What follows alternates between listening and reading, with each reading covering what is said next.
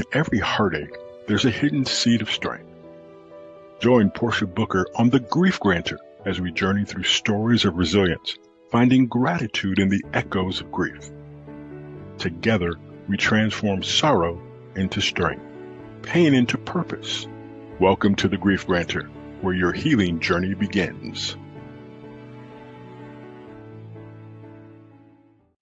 Hello, everybody. Welcome to another episode here on the Grief Grantor. I am your host, Portia Booker. It is good to see each and every one of you again. So something I want to talk about today, you guys, is the hidden grief that is associated with a diagnosis. So those of you who have been following my journey for a long time, you guys remember my show, Grew with Portia. One of the things that I talked about on Grew with Portia was my mental health journey of being diagnosed with bipolar disorder, being diagnosed with anxiety, and also being diagnosed with depression, all within a year's time. And one of the things that I remember when I was diagnosed was the grief of being broken, the grief of feeling as though I could never be normal, right? But when I think about it now, what is normal, right? What is normal for anybody? All of us have a little bit of strange.com in our DNA, but that's all good, right? And when I think about it today, being the woman who I am and all of the healing that I've done to really work through that journey, from going to different therapists, from Reiki, acupuncture, the list goes on of all the different healing modalities that I've tried to help me, and they've been amazing. But I think about even today in our world, us being more intentional with the words that we use, right? When someone in our life has been diagnosed with, whether it's a cancer or bipolar or schizophrenia, right? How can we learn to, when we're speaking with them, instead of the word that I'm looking for is failing me, but instead of us labeling it as a death sentence, how can we learn to shift our perspective and our mindset to give the person who's been diagnosed a more empowering way of seeing their diagnosis?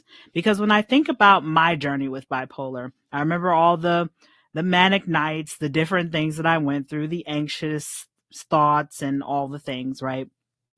One of the things that I'm forever grateful for is that diagnosis, because for me, I see it a little differently. I see my bipolar diagnosis more as a checks and balances system, where I can tell when I'm kind of off kilter, when I'm about to go into something manic, or if I'm feeling really anxious. So for me, it was a blessing in disguise. Now, at the time, it wasn't. I'll be honest, at the time, it was not, because that was a very interesting time in my life where I had started my TV career and I was away from my nucleus support system. So I'm already grieving. Did I make the right decision? Should I have stayed home? Should I have done something different?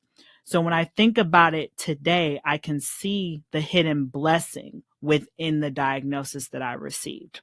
So for our audience today, for those of you who are tuning in, think about that as you encounter your friends and family who have received some type of diagnosis. How can you learn to change your language around to empower them when they receive that, to help them to navigate through it?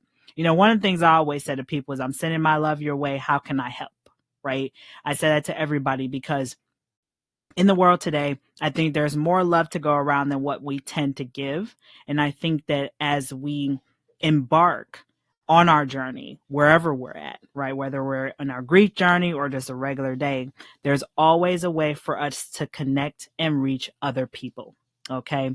So today we have a very special guest. Before I bring them on, we're going to go to break. We have a very special guest today who has a very similar journey to mine when it comes to navigating the waters of bipolar disorder and finding a way to take what I call that death sentence and putting it into a more creative outlet to help more people who have walked that path as well. So we're going to take our first break right here on the Grief Grantor, everybody. When we come back, we will be joined by the author of Lucrecia, Miss Jamie Goudeau. We'll be right back here on the Grief Grantor.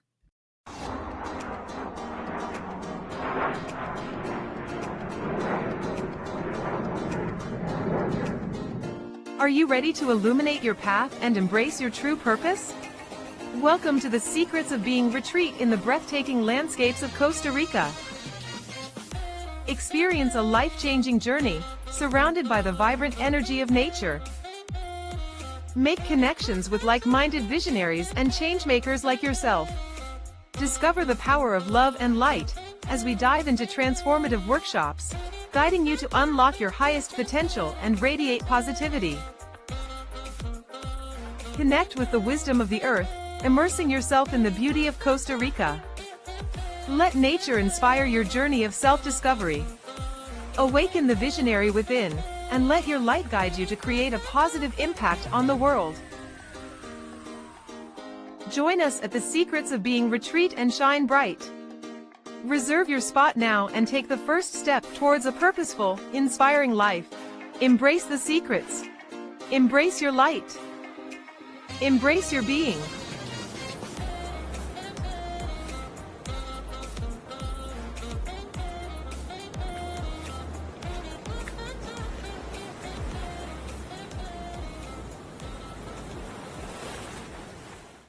All right, everybody, welcome back right here on the Grief Grantor. As I mentioned before we went to break, we are joined by a very special guest who has a very similar journey to my own. So welcome, Miss Jamie Goudeau, to the Grief Grantor. How are you today? Hi, I'm really good. Thank you. Thank you so much for having me. I sure appreciate it.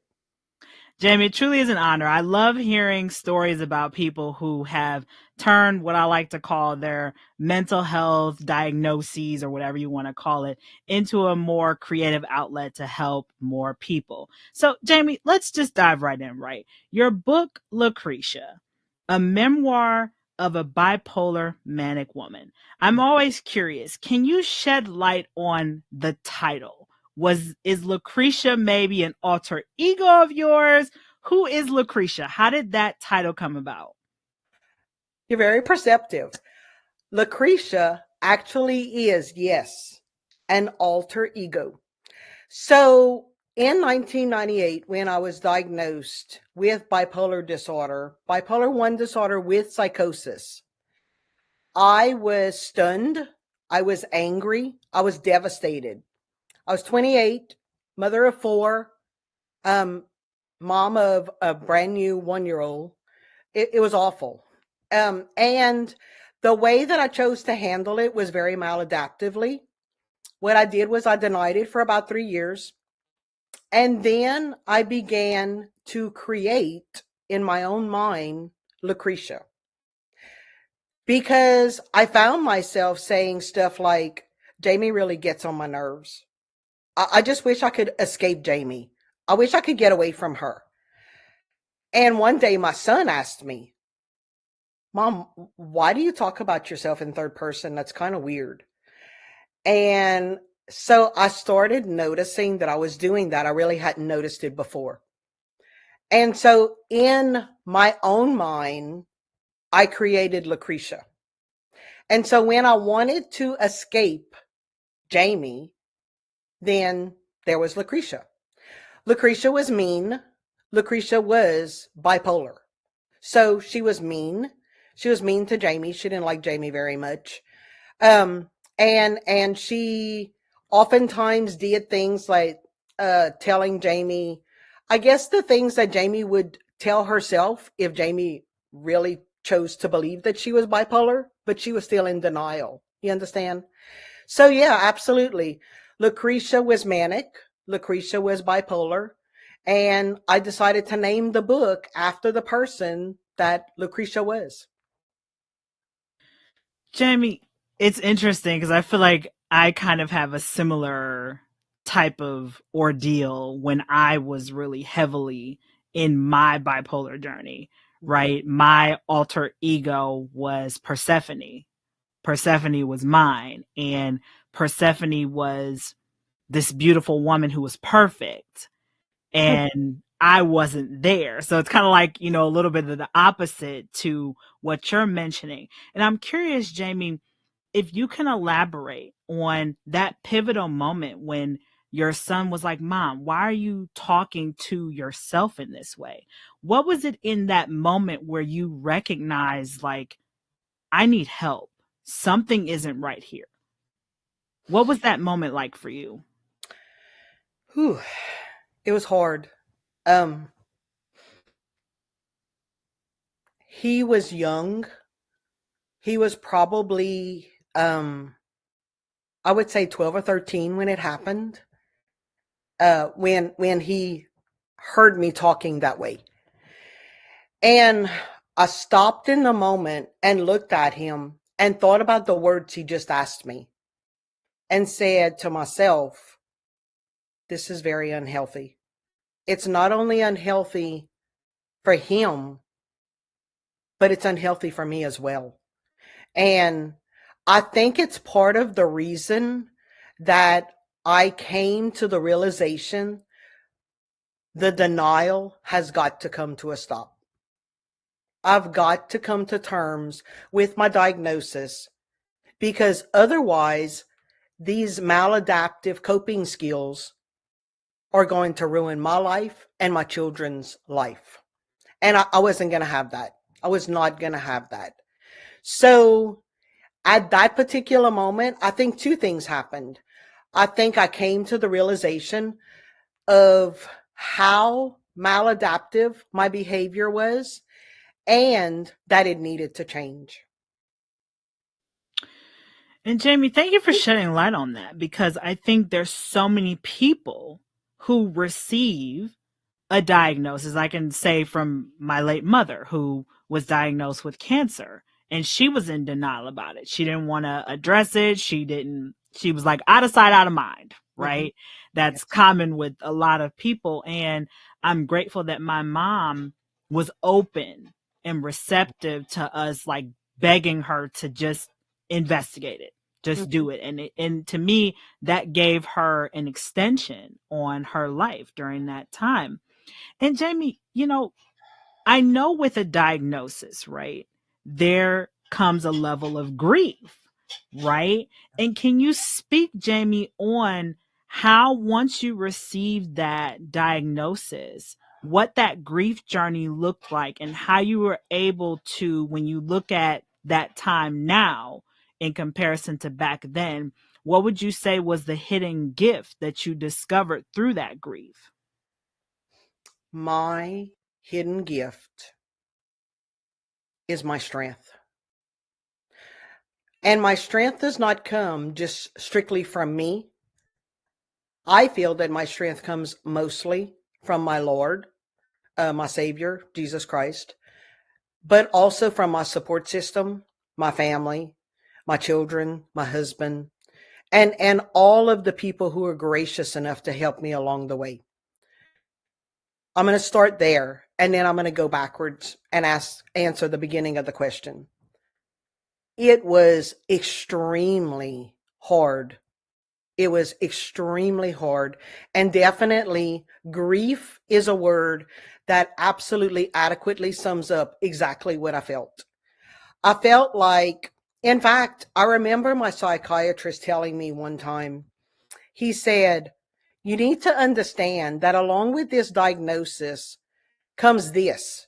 And what he told me is, you're going to be handcuffed to your diagnosis, just like I would handcuff you to the chair that you're sitting in.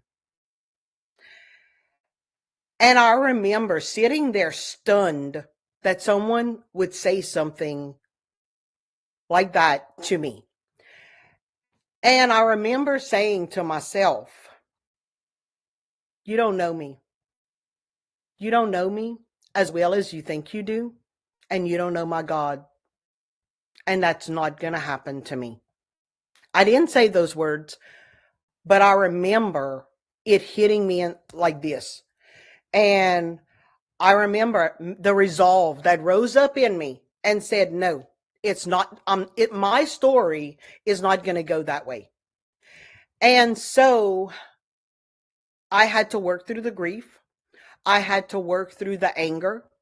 I had to work through the frustration, the denial, the pain, the manic episodes, the extreme depressive episodes, the impulsiveness, all of what comes with the wonderful diagnosis of bipolar disorder.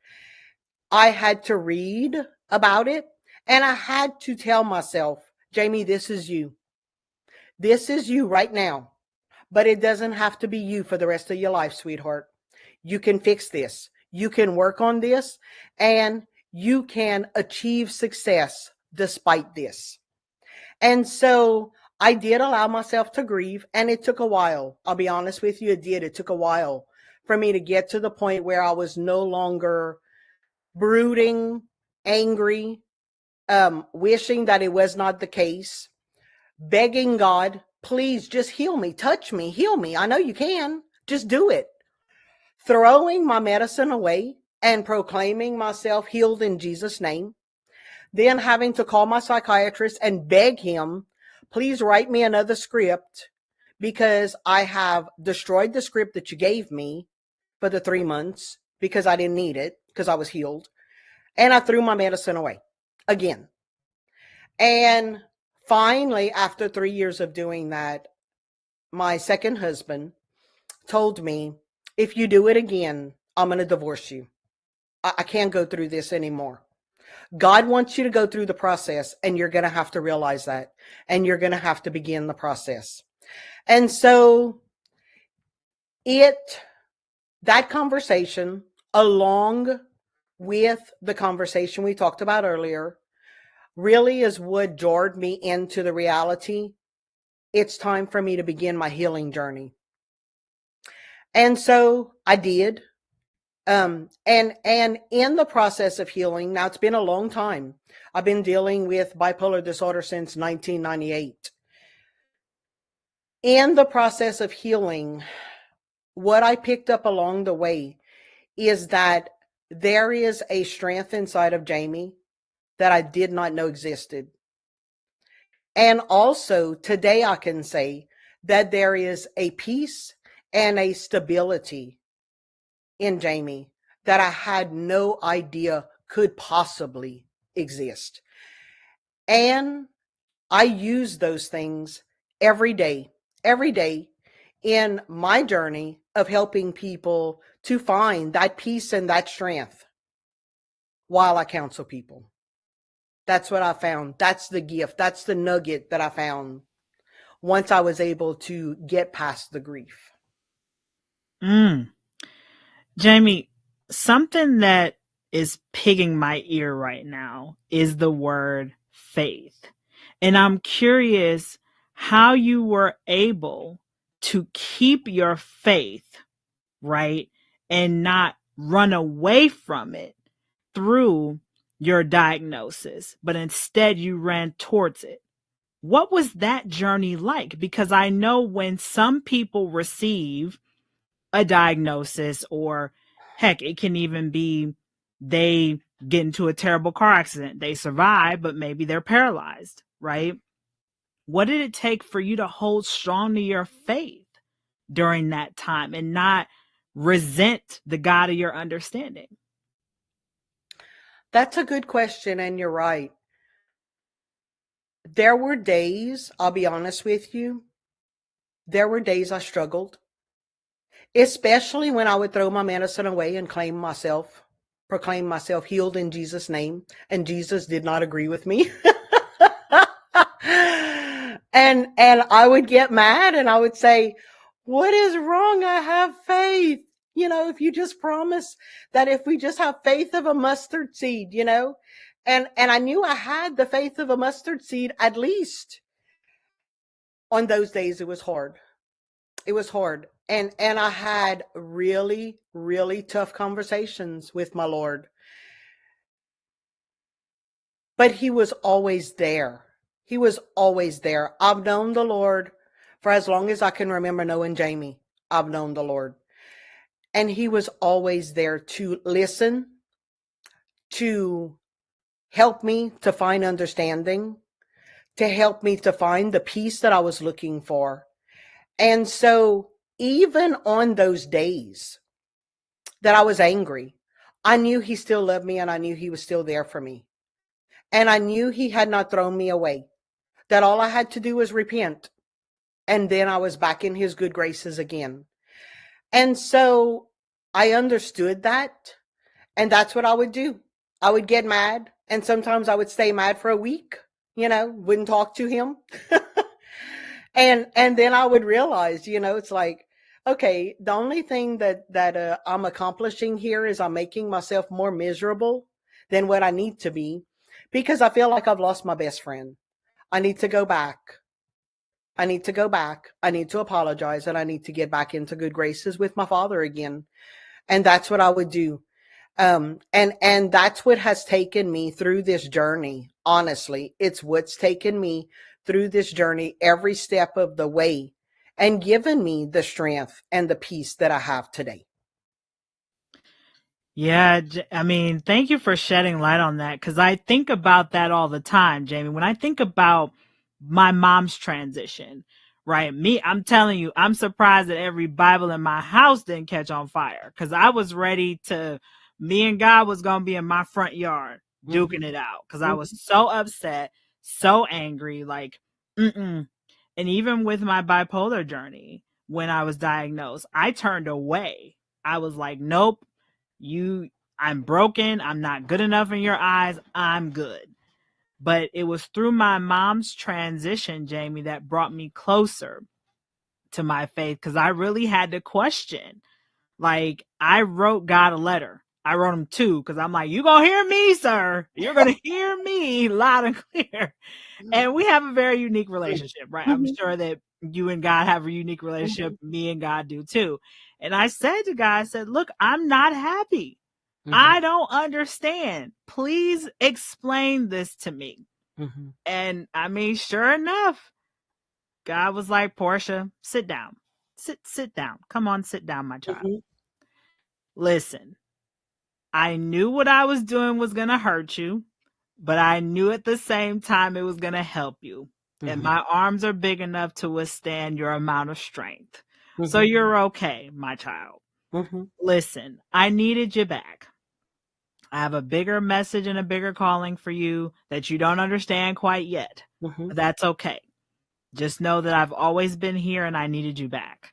So it kind of sounds similar in my journey, kind of with yours, Jamie. And I thank you for sharing that, because there's so many people who turn away from their faith instead of running to it, right? Because the God of our understanding wants us to lean on his shoulders for support, for help, for guidance, right? So we're going to take another quick break right here on the Grief Grantor, everybody. When we come back, we're going to continue our conversation with Jamie. We'll be right back. Hi, I'm Kelly Melissa Reinhart, host of Make Mental Health Matter. Join me on Mondays at 11 a.m. and Wednesdays at 7 p.m. Mountain Standard Time on the Achieve TV network right here on E360 TV.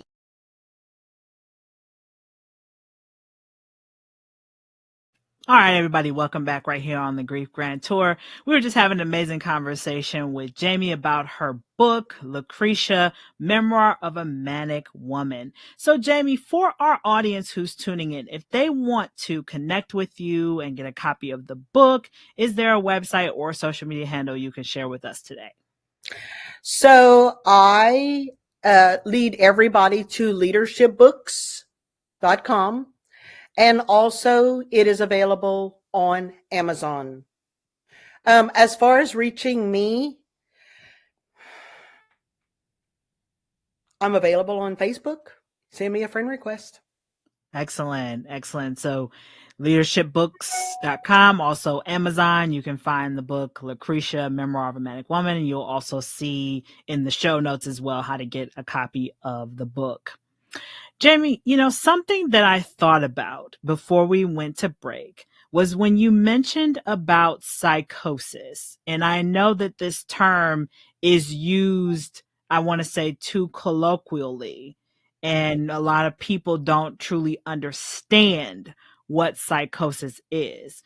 And so can you share with our listeners what psychosis is and how that looks when someone is experiencing a psychosis episode? Sure. I can actually give you examples. So psychosis is basically a break from reality. Okay. So my first example that I'm going to give you was actually the first time that I experienced psychosis. And I was on a plane ride back from Louisiana to Nevada. My ex-husband and I had gone to visit his dad, and it was the beginning of my, I guess what they called it at the time was a psychotic break. And so I was on the plane. I had my 3-year-old daughter and my son with me. And my 3-year-old looked at me and said, I need to go to the bathroom. I said, okay. I grabbed her by the hand. We walked to the back of the plane. And just as I set my hand on the handle and began to turn it, my mind created an alternate reality. And what I saw was when I opened the door, the back end of the plane was gone. And my daughter and I were sucked into the clouds from the inside of the plane. It felt so real. And it was so real when I saw it that I can actually literally still see it now today. And that was in probably 1998 when that happened. I looked down at my daughter and she looked up at me. She didn't know what was going on. She had no clue. And I said, sweetheart, we're going to go back to our seat. And so I walked away from the door, walked her back to the seat, grabbed one of my baby's diapers. She's 3 years old now. I put his diaper on her and said, use the bathroom in the diaper. It's going to be okay. And she began crying. And my ex-husband looked at me and said, what are you doing? I was so stunned by what I had seen. It was like a movie. It was literally as clear as a movie that I was watching on the plane. And I just looked at him and put my head down and started crying. I couldn't even explain to him what was happening. So that was my first experience with psychosis. From there, I experienced paranoia, lots of paranoia. I would accuse my mom of speaking to the CIA and the FBI about me behind my back. And she would cry and say, Jamie, what are you even doing that I would warrant calling the FBI or the CIA? Like, why would they even want to converse with me about you? That didn't matter. It did not matter that what she was saying made perfect sense. In my mind at the time, what I was accusing her of made more sense to me. It was more real. She would leave the vehicle crying. And then later on, during the day or maybe the next day, I would go back to that conversation in my mind and I would say, what was that about? Like, I know better. So it was like coming in and out of this psychosis. And to be honest with you, most people kind of get stuck where they have to be told you're having psychotic episodes. That's not real. They have to have people help them to explain to them, especially, for those who are such diagnoses like schizophrenia, where they become severely delusional. I wasn't that far off in my ability to understand, but it would take me a day or two usually, and then I would go back in my mind and say, that felt so weird, and it was so real, but it was not. Mm-hmm. And I was able to understand that it wasn't real. And so those were the kinds of things that I experienced, where I was literally having delusional thoughts. And I was also having a lot of paranoia, and I was having auditory hallucinations. I don't think I can recall having any. I'm sorry. Yeah, I never heard anything that wasn't there. Mm-hmm. but I definitely saw things that was not there. And so that's an example of psychosis, is just basically having a break from reality. Jamie, I'm curious now with you being in this space where you're obviously aware when either something has triggered you, right?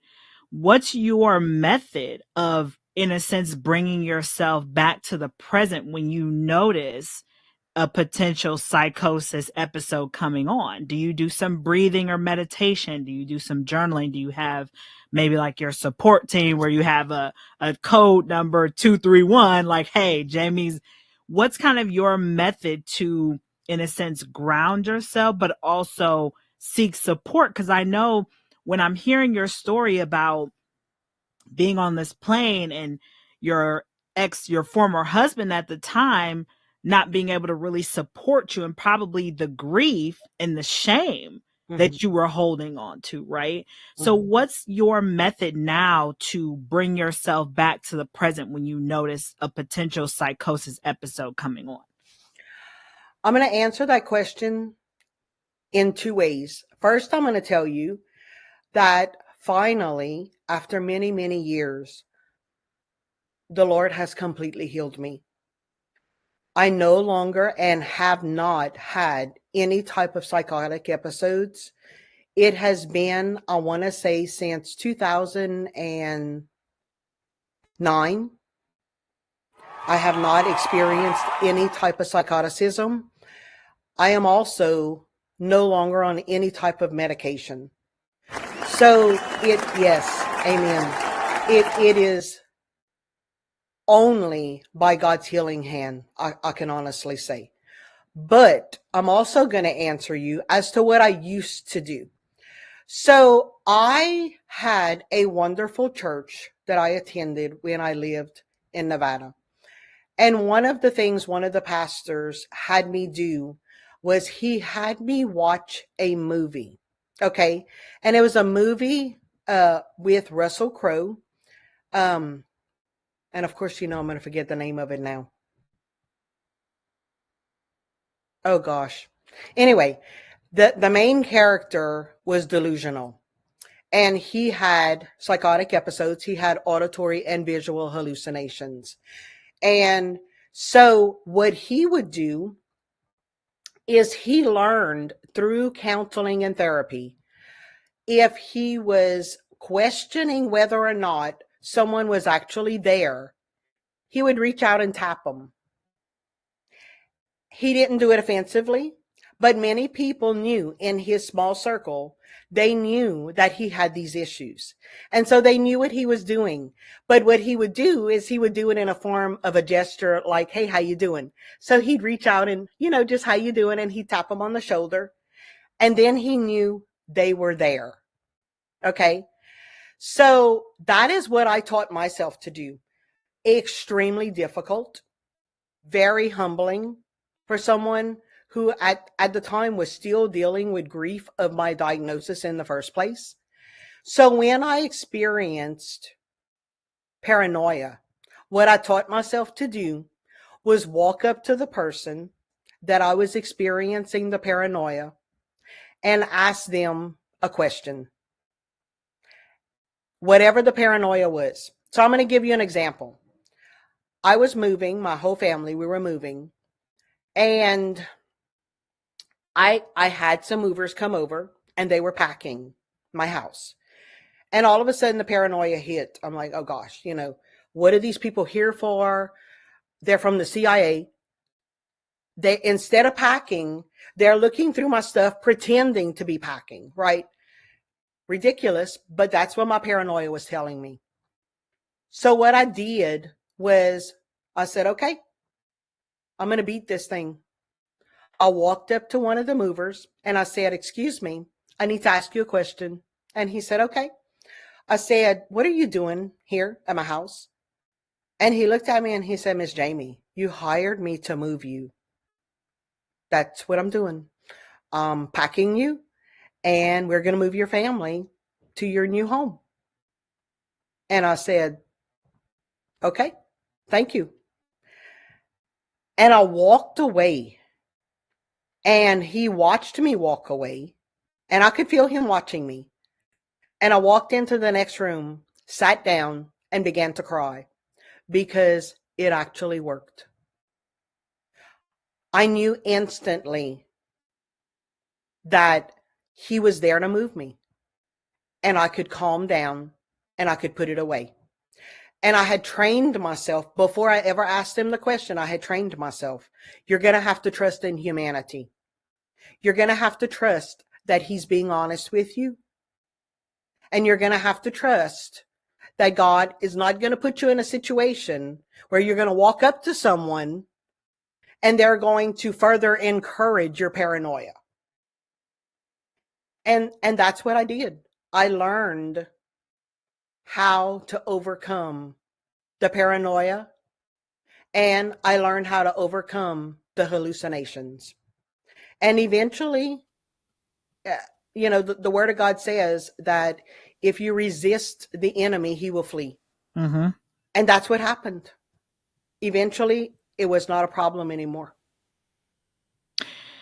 And Jamie, one of the things I love what you mentioned is the power of the mind, Yes. right? Like they always say mind over matter, but you had that determination in your heart. Like, I'm going to just trust that this is not what I think it is. I'm going to trust in humanity. I'm going to trust in my own confidence, right? Because when you're diagnosed with something, it shatters and fractures your confidence for Yes. a period of time where you feel like you're inadequate. You can't do certain things because in your head, you're broken. Mm-hmm. In my case, that's what I was told, that my brain was broken, but we're not going to go there. Mm-hmm. So I appreciate, you sharing that, because I feel like so many people feel isolated when they're diagnosed with, whether it's bipolar, schizophrenia, cancer, they isolate, Mm-hmm. right? And Yes. I'm curious, Jamie, with you being a therapist too, right? How do you, when you are navigating now, right? If something potentially triggers you, how do you find that balance and harmonization to be able to still show up for your clients with 100% of you when you're also dealing with your own baggage sometimes? I think it's taken a lot of experience. There were times when I first started, to be honest with you, as a young therapist, there were times that happened. There were times that a client would say something that was so close to what I had experienced myself that it would choke me up. And for a long time, I believed that I needed to hide from my diagnosis until I came to realize, you know what? You're participating in the stigma. That's what you're doing. Don't hide it. Put it out there. Stomp the stigma. Put it out there. And so that's what I began to do. And so if even now, Portia, when I am counseling someone, I give myself full permission to be a human being. If they tell me something and it rings true to the point that I get emotional, I'll laugh and I'll say, well, guess what? You just met human Jamie today. And I'll wipe my tears and we go on. But I don't try to pretend that I'm something that I'm not. I'm a human being. And there's going to be times that their story is going to touch me. And now we don't have to stop the session and all of a sudden they're counseling me. That would never happen. But they do get to experience the human being of Jamie. It's not just Jamie who hides behind the facade of therapy. It's Jamie who is bipolar. It's Jamie who is healed. And it's Jamie who still has moments where what she went through comes to the forefront of here and here in my heart. And I used to feel very embarrassed about it, and I would say, "Oh God, I'm so sorry. I'm not supposed to cry in therapy." And I had someone tell me one day, "Miss Jamie, I want you to know something. When I tell you something and it touches you to the point that you shed a tear, I know that you care. And I would much rather sit in front of a therapist who is as passionate about what you do to the point that it'll bring you to tears than to sit in front of a therapist who hides everything that she feels because she feels that that's what she's been taught to do." I use it. You know, Jamie, I appreciate you shedding light on that because I think there's still this level of disconnectedness in the mental wellness space where therapists have to put on the Tin Man outfit. You're not allowed to be human, Mm-hmm. right? But what you're showing is that you build a closer connection to your clients because number one, they see that you've been where I am. Mm-hmm. And number two, through your tears, that's emotion in motion, right? So it sprung forth some response. Mm-hmm. And tears are universal, right? Just like grief is universal, but they're all personal, right? Sometimes we'll have tears of joy where we're laughing uncontrollably, and other times we'll have tears of pure sorrow because something hit us to bring forth that level of sadness or Yes. mourning. So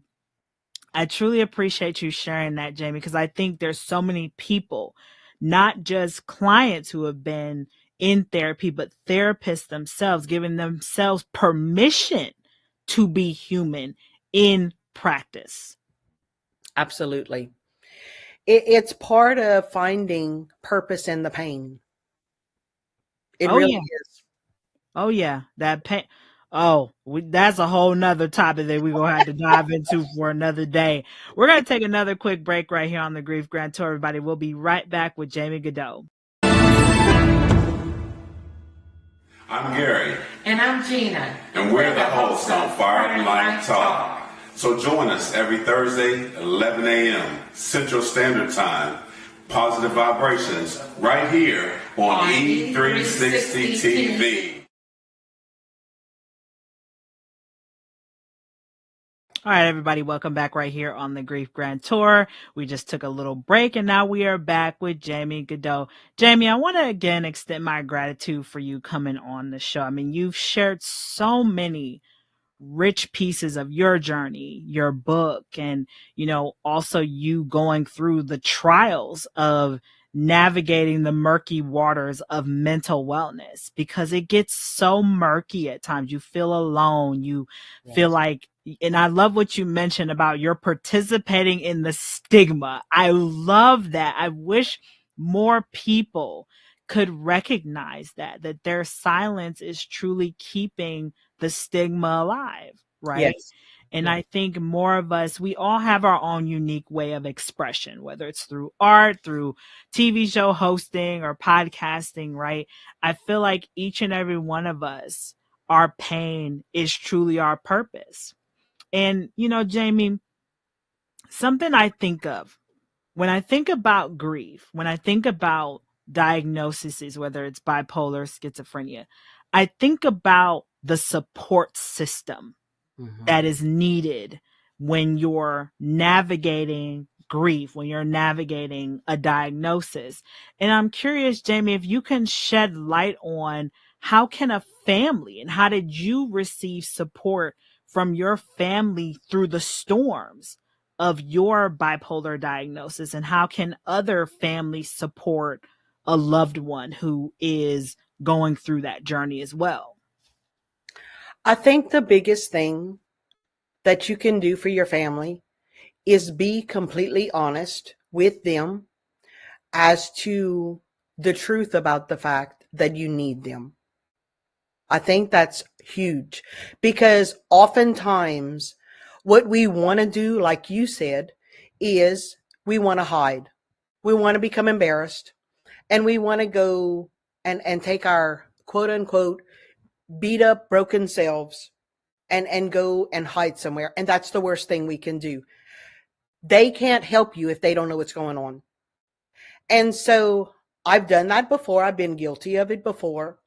And I had a wonderful sister, still have a wonderful sister, who would hunt me down and say, nope, nope, we're not doing it this way.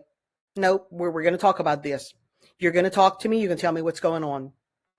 And we're going to deal with this, whatever it looks like, however ugly it's going to be that way. And we're going to deal with it. We're going to get through it. I also had an amazing best friend. Still have that best friend, but it was whenever I was in Nevada that I'm talking about. And she would take me out and we would go and have coffee and we would talk and we would laugh and we would joke. And on the days that I was not having such a good day, she would come and we would sit in my living room and just cry together and hold each other and just cry. I also had the wonderful opportunity in 2008 of meeting the man that I'm currently married to. And he has been an amazing support system to me. He has helped me to understand, like my sister, the importance of being completely honest, being completely transparent, and loving myself, and understanding that there is truly still life after a mental health diagnosis. And that was amazing. That was amazing. The best thing that a family can do is normalize it. We joke in our family. We joke with each other about our crazy. We joke about it. You know, it's like we'll make silly little comments about, hey, who's coming today? Is it going to be Jamie or is it going to be Lucrecia? Which one's coming? It's a joke. And we know that Jamie's healed, but we also know that Jamie was not well at one time. And so in order to normalize it, we talk about it and we joke about it and we completely accept that there are idiosyncrasies in our personalities. And some of us have bipolar disorder. Some of us deal with depression. Some of us deal with anxiety. And one of the biggest jokes that my sister and I have is whenever we get older, we look forward to going to the nursing home and popping wheelies with each other and trading stories about how, what does this little purple pill do? Oh, maybe we're going to take that one today. Oh, I like your purple pill. Look how pretty it is. And we literally joke about things like that. It's not that it's making fun. It's that it's helping us by using humor to normalize something that could seriously be devastating if you don't bring a touch of humor to it and you don't bring the fact that you need to accept it. It's not going anywhere. I tell people I've been healed, but I give them this example. I live my life in such a way that I see myself as a person who has one foot on a sidewalk that's flat and the other foot on a banana peel. And I lean on the foot that's on the sidewalk, knowing that at any time the other foot on the banana peel could bring me down. So it's a constant reminder that I need to be careful, but it does not hinder me from living my life. And my family approaches mental illness that same way. My children are my biggest fans. They have encouraged me every step of the way. They encouraged me to write Lucrecia. They encouraged me to do things like what I'm doing today, like talking about it. And just absolutely support everything I'm doing to get the word out that there is life and success after mental illness. And your family needs to know that they can help you in that journey. 100%, Jamie. I love the reinforcement and reinstatement of you have to be honest. Yes. I think there's a lot of disconnect with that, because there's this fear. It's like you want the help, right?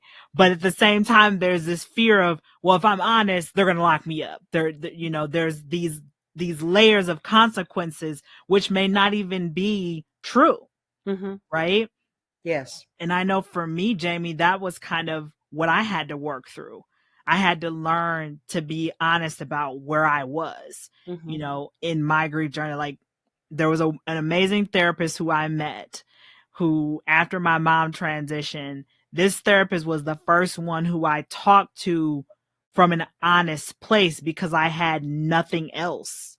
I mean, I felt lost. Like, I was in a pool of murky where I didn't know if I wanted to live. I didn't know if I wanted to die. I didn't know if I wanted to go south, north. I didn't know what direction to go. And I remember the therapist literally said to me, I've been where you are. And when they said that to me, it just gave me so much comfort. Yes. The first time someone is not just trying to shove a pill down my throat, but you actually heard me where I am. Yes. And it was because of them where I am today, like talking about grief, sharing the stories of the different things that I've gone through, and the hidden gifts that I've discovered through the transition of now both my parents. So it's amazing to hear, Jamie, how you were able to take this bipolar diagnosis and truly see it as a blessing and help other people to see that there is life with having mental wellness obstacles at times. Yes. And absolutely. That's part of the journey, Absolutely. Jamie, again, I extend my gratitude to you. We're going to be wrapping up here soon. And I always love to save this question for last. One of the things that I'm big on is forgiveness. And I think that when we are given a mental wellness diagnosis or obstacle, there tends to be sometimes a level of unforgiveness. And so for our audience, Jamie, how can they learn to forgive others around them for their actions and reactions as a result of their mental wellness diagnosis, and learn to forgive themselves for what they did and did not know? That is a beautiful question, and I'm so glad you asked it. So that was probably my biggest challenge. I never blamed anyone for my diagnosis, but I definitely had many opportunities to beat up Jamie for my diagnosis, and to beat up Jamie for the many, many, many manic or depressive decisions, impulsive, promiscuity. The list goes on and on. Again, it's recognizing that we're human. We are 100% fully human, and there's no one out there that is perfect. The only one that I'm concerned about, that I find is perfect as far as I'm concerned, is my God. And he is able to forgive me, and so it behooves me to forgive myself. Also, I realized that as long as I spent time beating myself up, my children were watching that, and they were going to learn to do the same thing. So they were going to learn that when you make a mistake, you don't just pick yourself up, dust yourself off, and go on. That's what you're told to do. But in reality, what you're supposed to do is beat yourself up for a while, and then you go on. That would not do. My children needed to learn that it was the truth. When you make a mistake, you learn from it and you go on. And the only way they were truly going to learn from it was to watch me do it.